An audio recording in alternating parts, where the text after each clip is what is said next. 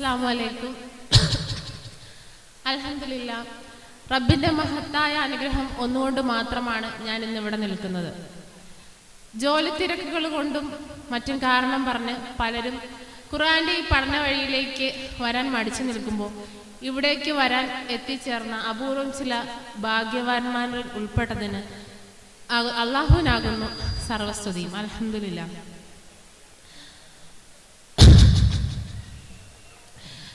എല്ലാവരെയും പോലെ തന്നെ എൻ്റെ ഖുർആൻ പാരായണമൊക്കെ നല്ല വൃത്തിയായി പഠിച്ച് നല്ല രീതിയിൽ ഖുർആൻ പാരായണം ചെയ്യുവാനും അതുവഴി എൻ്റെ ഇബാദത്തുകളിലൊക്കെ സൂക്ഷ്മത കൈവരിച്ച് തഖ്വായിലൊക്കെ എത്തിച്ചേരുവാൻ വേണ്ടിയാണ് ഞാനിവിടെ ഈ ഖുർആൻ പഠന ക്ലാസ്സുകളിലേക്ക് എത്തിത്തുടങ്ങിയത്.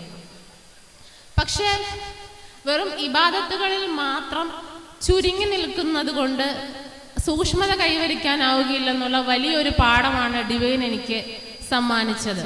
അൽഹംദുലില്ലാ, ഞാൻ നൂറാനിയ ഫസ്റ്റ് ബാച്ചിലെ ഒരു പഠിതാവാണ്. ദീനിന്റെ വഴിയിലേക്ക് നടക്കുന്ന ഓരോ ചുവടിനും അള്ളാഹുവിന്റെ പക്കൽ ദൂരം കൂടുന്നതിനനുസരിച്ച് പ്രതിഫലമുണ്ടെന്നുള്ള ആ പ്രതിഫലം കരസ്ഥമാക്കാന്നുള്ള കുറച്ച് അഹങ്കാരത്തോടു കൂടി അങ്ങ് തേവരുപാറയ്ക്കപ്പുറം ഞണ്ടുകളിൽ നിന്നാണ് ഞാൻ ഇവിടേക്ക് ഓടിപ്പിടിച്ചെത്തുന്നത്.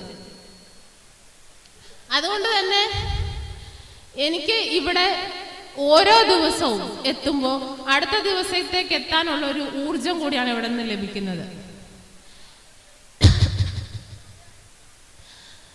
കേവലം ഖുർആൻ അക്ഷരങ്ങളും മഖ്റജും അനുസരിച്ച് പാരായണം ചെയ്യുന്നതിൽ ഉപരി അതിൻ്റെ അർത്ഥതലങ്ങളിലേക്ക് എത്തിച്ച് നമ്മളെ ചിന്തകളുടെ വലിയൊരു ലോകത്തേക്ക് തട്ടിയിടാൻ ഇവിടുത്തെ സാറിനും ഒസ്താദിനും വലിയൊരു സാമർഥ്യമാണുള്ളത്. നമ്മൾ ഒരുപാട് നേരം ആ അർത്ഥതലങ്ങളിൽ നിന്ന് ചിന്തിച്ചു നിൽക്കും. അങ്ങനെ ഖുർആൻ പഠനത്തിലൂടെ നമ്മുടെ സമൂഹത്തിന് സംഭവിക്കേണ്ട പല മാറ്റങ്ങളെക്കുറിച്ചും ഖുർആൻ പഠനത്തിലേക്ക് എത്തേണ്ടതിൻ്റെ ആവശ്യകതയെ കുറിച്ചുമൊക്കെ ആയിരുന്നു ഞങ്ങൾ ഖുർആൻ ക്ലാസ്സിൽ വന്ന ആദ്യ ദിനങ്ങളിലൊക്കെ ഞങ്ങളുടെ ഒരു ചർച്ചകളൊക്കെ. ആ ചർച്ചകളൊക്കെ എന്നെ ഒരുപാട് സ്വാധീനിച്ചിട്ടുണ്ട്. കാരണം ഖുർആൻ പഠിക്കുമ്പോൾ അത് നമ്മുടെ സമൂഹത്തിന്റെ സാമൂഹ്യ ജീവിതത്തിന്റെ ഉന്നമനത്തിലേക്ക് എങ്ങനെ എത്തിക്കാം, അതിന് നമ്മളെ കൊണ്ട് എന്ത് ചെയ്യാൻ സാധിക്കും. ഈ ഖുർആൻ പഠിച്ച് അത് ഖുർആൻ പാരായണം ചെയ്ത് നമ്മുടെ വീടുകളിൽ മാത്രം ഒതുങ്ങി നിൽക്കേണ്ട ഒരു കാര്യമാണോ? സാറ് നമ്മൾ ഓരോരുത്തരുടെയും സൃഷ്ടിപ്പിന്റെ ഉള്ളിൽ അല്ലാഹു തആലയ്ക്ക് മഹത്തായ ലക്ഷ്യമുണ്ടെന്നുള്ള ഒരു ബോധം, അതിനെക്കുറിച്ചുള്ള കുറേ ചർച്ചകളും ഒക്കെ ഓരോ ആയത്തുകളും നിങ്ങൾ ഇതിനെക്കുറിച്ച് ചിന്തിക്കുന്നില്ല, എന്തുകൊണ്ട് നിങ്ങൾ ഫഖീഹായി മാറുന്നില്ല, അങ്ങനെ ഹൃദയം കൊടുത്ത് ചിന്തിക്കേണ്ടതിന്റെ ആവശ്യകതയെ പറ്റിയൊക്കെ ഒരുപാട് ചർച്ച ചെയ്തിരുന്നു. അപ്പൊ ആ ഒരു സമയത്ത് എൻ്റെ ഇക്കാനെ പള്ളി സെക്രട്ടറി ആയിട്ട് ചുമതലപ്പെടുത്തിയ സമയം കൂടിയായിരുന്നു. ആ സമയം ഈ തേവരുപാറ എന്ന് പറഞ്ഞ സ്ഥലത്ത് ഒരുപാട് അന്ധവിശ്വാസങ്ങളും കൂടോത്രം പോലെയുള്ള കുറേ പ്രശ്നങ്ങളും പിന്നെ ലഹരി സംബന്ധിച്ച് കുറേ പ്രശ്നങ്ങളും ഒക്കെ പള്ളി മഹലിൽ ചർച്ച ചെയ്തുകൊണ്ടിരുന്ന ഒരു സമയം കൂടിയായിരുന്നു അത്. ആ സമയത്ത് ഈ ഖുർആൻ ക്ലാസ്സിന്റെ ഒരു പ്രാധാന്യത്തെക്കുറിച്ച് ഞങ്ങൾ ഒരുപാട് അവിടെ ചർച്ച ചെയ്തിരുന്നു. അപ്പോൾ ഈ സാറിന്റെ പല ആശയങ്ങളും നമ്മുടെ ഈ സമൂഹത്തിന്റെ ഇത്തരം അപജയങ്ങൾക്ക് പ്രധാന ഒരു കാരണം ഖുർആനിലുള്ള ഒരു അജ്ഞതയാണ്. അപ്പോൾ ആ ഒരു ഖുർആൻ പഠനത്തിന് കുറച്ചുകൂടി നല്ലൊരു വേദി തേവരുപാറയിൽ ഒരുങ്ങിയാൽ അത് ചിലപ്പോൾ കുറേ അറിവ് ആൾക്കാർക്ക് ലഭിക്കുന്നതിന് കുറച്ചുകൂടി ഒരു തൗഹീദിലേക്ക്, ഷിർക്കിന്റെ ഒരു വഴിയിൽ നിന്ന് തൗഹീദിലേക്ക് എത്തുവാൻ സാധിക്കും എന്നും ഞങ്ങൾ ചർച്ച ചെയ്തിരുന്നു. അപ്പോൾ അതിൻ്റെ ഒരു ഫലമായിട്ട് തേവരുപാറയിൽ ഓൾറെഡി ഒരു ഖുർആൻ ക്ലാസ് ഉണ്ട്. അതിൽ കുറച്ച് ആൾക്കാർ വർഷങ്ങളായിട്ട്, എണ്ണം കുറഞ്ഞുകൊണ്ടിരിക്കുന്ന ഒരു ഖുർആൻ ക്ലാസ്സിൽ വർഷങ്ങളായിട്ട് കുറച്ച് ആൾക്കാർ പോകുന്നുണ്ട്. അതല്ലാതെ പുതിയതായിട്ട് അവിടെ ഒരു മാറ്റവും ഇല്ല. അപ്പൊ ഞാൻ ഇവിടെ നിന്ന് എനിക്ക് ഈ ഖുർആന്റെ വഴിയിൽ പ്രവർത്തിക്കണം എന്നുള്ള ഒരു അതിയായ ആഗ്രഹം, ആ ഒരു സ്പാർക്ക് എൻ്റെ മനസ്സിൽ ഇട്ടു തന്നത് ഇവിടുത്തെ സാറും ഉസ്താദുമാണ്. അപ്പൊ എനിക്ക് അതിനെക്കുറിച്ചുള്ള ചർച്ചകളൊക്കെ ഞാൻ ഇക്കായുമായിട്ട് പറയുന്ന സമയത്ത് എന്തുകൊണ്ട് ഈ ഒരു പുതിയൊരു ഖുർആൻ ക്ലാസ്സിലേക്ക് നമ്മുടെ അവിടെയുള്ള ജനങ്ങളെയൊക്കെ ക്ഷണിക്കണം. അപ്പോൾ ഒരു വാട്സപ്പ് ഗ്രൂപ്പ് ഉണ്ട്, അതിൽ കുറേ മെസ്സേജുകൾ ഇട്ടു, റിപ്ലൈ ഒന്നുമില്ല. അപ്പോൾ ഇവിടെ വരുന്ന സമയത്ത് സാറിൻ്റെ ഓരോ വാക്കുകളും എനിക്ക് ഭയങ്കര ഒരു പ്രചോദനമാണ്. ആ പ്രചോദനം ഉൾക്കൊണ്ടുകൊണ്ട് ഞങ്ങൾ ഓരോ വീടുകളിലും കയറി ഇറങ്ങാൻ തീരുമാനിച്ചു. ആദ്യത്തെ ദിവസം പോയപ്പോൾ ഞാൻ ഒറ്റയ്ക്കാണ് ഓരോ വീടുകളിലും വിളിച്ചിരുന്നത്. അപ്പോൾ കുറേ ആൾക്കാർ എന്നെ കളിയാക്കി, നമുക്കൊരു പണിയില്ലേ, ഒരു നാണമില്ലേ, എന്തിനെങ്ങനെ. അപ്പോൾ എനിക്ക് എൻ്റെ ഇവിടുത്തെ സാറും ഒസ്താദൊക്കെ പറഞ്ഞ കാര്യങ്ങൾ മാത്രമേ ഓർമ്മയുള്ളൂ. എനിക്ക് അള്ളാഹുവിനെ മാത്രം ബോധിപ്പിച്ചാൽ മതി, അവൻ്റെ അടുത്തുള്ള പ്രതിഫലം മാത്രം ആഗ്രഹിച്ചാൽ മതി. അപ്പോൾ എനിക്ക് ഈ ഡിവൈനിൽ കിട്ടിയ പ്രചോദനത്തിൻ്റെ ഒറ്റ ബലത്തിലാണ് ഓരോ ചൂടും മുന്നിലേക്ക് വെച്ചത്. രണ്ടാമത്തെ ദിവസം രണ്ടുപേരും കൂടെ കൂട്ടത്തിൽ വന്നു. എന്നോട് അത്രയും അടുത്തുനിന്ന ഫ്രണ്ട്സൊക്കെ രണ്ടുപേര് കൂടെ വന്നു. ഞങ്ങൾ 3 ദിവസം കൊണ്ട് ആ മഹലിലെ വീടുകൾ മുഴുവൻ വിളിച്ചു തീർത്തു. ഈ ഓരോ വീടുകളിലും കയറുമ്പോൾ ഈ ഖുർആൻ ക്ലാസ്സിൽ നിന്ന് കിട്ടിയ ഖുർആൻ്റെ മഹത്വത്തെക്കുറിച്ചാണ് ഞങ്ങൾ അവിടെ സംസാരിച്ചുകൊണ്ടിരുന്നത്. അപ്പോൾ അൽഹംദുലില്ലാ മൺഡേ, അപ്പോൾ ഒരു ഖുർആൻ ക്ലാസ് തുടങ്ങിയിട്ട് 1 മാസത്തോളം ആയെന്ന് തോന്നുന്നു. മൺഡേ വീണ്ടും ഖുർആൻ ക്ലാസ് റീസ്റ്റാർട്ട് ചെയ്തു. അപ്പോൾ ഏകദേശം 50ഓളം അടുത്ത ആൾക്കാരാണ് ഖുർആൻ പഠിക്കാനായി മുന്നോട്ട് വന്നത്. അപ്പോൾ ആ ഖുർആനായിട്ട് മുന്നോട്ട് വന്ന സമയത്ത് അവിടെ ഉസ്താദ് ദുആ ചെയ്തപ്പോൾ എൻ്റെ പേരെടുത്ത് എനിക്ക് ദുആ ചെയ്ത സമയത്ത് ഞാൻ ഇവിടെയുള്ള എൻ്റെ ഗുരുക്കന്മാർക്ക് വേണ്ടിയാണ് ഞാൻ അവിടെ ദുആ ചെയ്തത്. അപ്പോൾ അതെനിക്ക് ഭയങ്കര എൻ്റെ ജീവിതത്തിൽ ഒരിക്കലും മറക്കാനാവാത്ത. അപ്പോൾ പലരും എന്നോട് ചോദിച്ചു, നിനക്ക് എങ്ങനെയാണ് ഇങ്ങനെ ഒറ്റയ്ക്ക് അല്ലെങ്കിൽ ഇതിനുള്ളൊരു ധൈര്യം എങ്ങനെയാണ് കിട്ടിയതെന്ന്.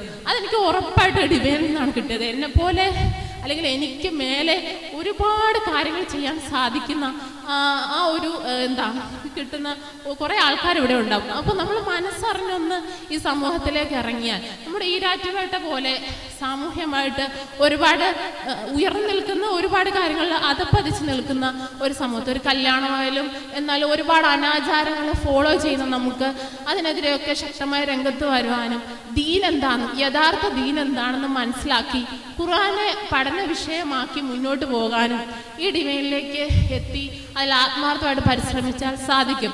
എനിക്ക് ഇതിൽ ഒരുപാട് റോളൊന്നുമില്ല, ഞാനൊരു നിമിത്തം മാത്രം വിശ്വസിക്കുന്ന ആളാണ് ഞാൻ. അപ്പോൾ എനിക്ക് ഈ ഒരു പ്രവർത്തിക്കാനുള്ള അല്ലെങ്കിൽ അങ്ങനെ ഇറങ്ങിത്തിരിക്കാനുള്ളൊരു ഊർജം അത് തീർച്ചയായിട്ടും എനിക്കത് ഇവിടുന്ന് കിട്ടിയതാണ്. അപ്പോൾ ഞങ്ങൾക്കൊക്കെ ഈ വർഷം ഇതുപോലെ നേരത്തെ സംസാരിച്ചത് പോലെ ഒരുപാട് വിശദമായ ഹദീസ് ഖുർആനുകളൊന്നും വെച്ച് അറിവ് നമ്മൾ കരസ്ഥമാക്കിക്കൊണ്ടിരിക്കുന്നതേ ഉള്ളൂ. അൽഹംദുലില്ലാഹ് വരും വർഷങ്ങളൊക്കെ ഞങ്ങൾക്ക് വളരെയധികം അറിവ് ഇവരുടെ കൈകളിൽ നിന്ന് കരസ്ഥമാക്കുവാനുണ്ട്. അതിന് അല്ലാഹു തആല അനുഗ്രഹിക്കട്ടെ. മാത്രമല്ല ഈ ഖുർആന്റെ അർത്ഥതലങ്ങൾ മാത്രം കൈകാര്യം ചെയ്യുമ്പോൾ ഈ സയൻസ് സംബന്ധിച്ച് സയൻസും ഖുർആനും തമ്മിലൊരു അതിനൊരു കണക്ഷൻ, അതിനെപ്പറ്റിയുള്ള ചർച്ചകളൊക്കെ വളരെ നല്ല രീതിയിൽ, അതായത് ഇപ്പോൾ നമ്മൾ ഭൗതിക വിദ്യാഭ്യാസവും ആത്മീയ വിദ്യാഭ്യാസവും തിരിച്ചു നിർത്തിയിരിക്കുകയാണ്. എൻ്റെയൊക്കെ ഒരു പരമ്പരാഗതമായ ജീവിത ചുറ്റുപാട് ഞാൻ അങ്ങനെയാണ് കണ്ടിട്ടുള്ളത്. അപ്പോൾ ഇപ്പോൾ ഇവിടെ വന്നതിന് ശേഷം എനിക്ക് മനസ്സിലായി, ഇപ്പോൾ 8ാം ക്ലാസ്സിൽ പഠിക്കുന്ന ഒരു കുട്ടി അല്ലെങ്കിൽ ഒരു മാത്സ് പഠിക്കാൻ സ്കൂളിലേക്ക് പോയാലും ഒരു കോളേജിൽ ഒരു ഗവേഷണത്തിന് പോയാലും റബ്ബിൻ്റെ റുബൂബിയത്തിനെ മനസ്സിലാക്കി അതിലേക്ക് ആത്മീയമായി പ്രവേശിക്കുമ്പോൾ ആ ഒരു അറിവിനും റബ്ബിൻ്റെ അടുക്കൽ വളരെയധികം പ്രതിഫലമുള്ള ഒരു കാര്യമായിട്ട് ഞങ്ങൾ ഇവിടുന്ന് മനസ്സിലാക്കി. നമുക്കൊക്കെ പണ്ടൊക്കെ നമ്മൾ കോളേജിലൊക്കെ വിടുമ്പോൾ എന്തിനാണ് കോളേജിൽ വിടുന്ന പെൺകുട്ടികൾ എന്തിനാണ് പഠിക്കുന്നത് എന്നൊക്കെ ചോദ്യം ചെയ്യുന്ന ഒരു സമൂഹത്തിൽ നിന്നാണല്ലോ നമ്മൾ വന്നത്. അതിൽ നിന്നൊക്കെ വ്യത്യസ്തമായിട്ട് വിദ്യാഭ്യാസത്തിന് ഒരുപാട് പ്രാധാന്യം കൊടുക്കേണ്ടതിൻ്റെ ആവശ്യകത ഖുർആന്റെ ബേസിൽ നിന്ന് നമുക്ക് മനസ്സിലാക്കി തരാൻ സാധിച്ചു. അതുമാത്രമല്ല ഇപ്പോൾ സാധാരണ ഞാനൊക്കെ കേട്ടു വന്നിരുന്നത് നരകത്തിൽ ഏറ്റവും കൂടുതൽ സ്ത്രീകളാണെന്നാണ്.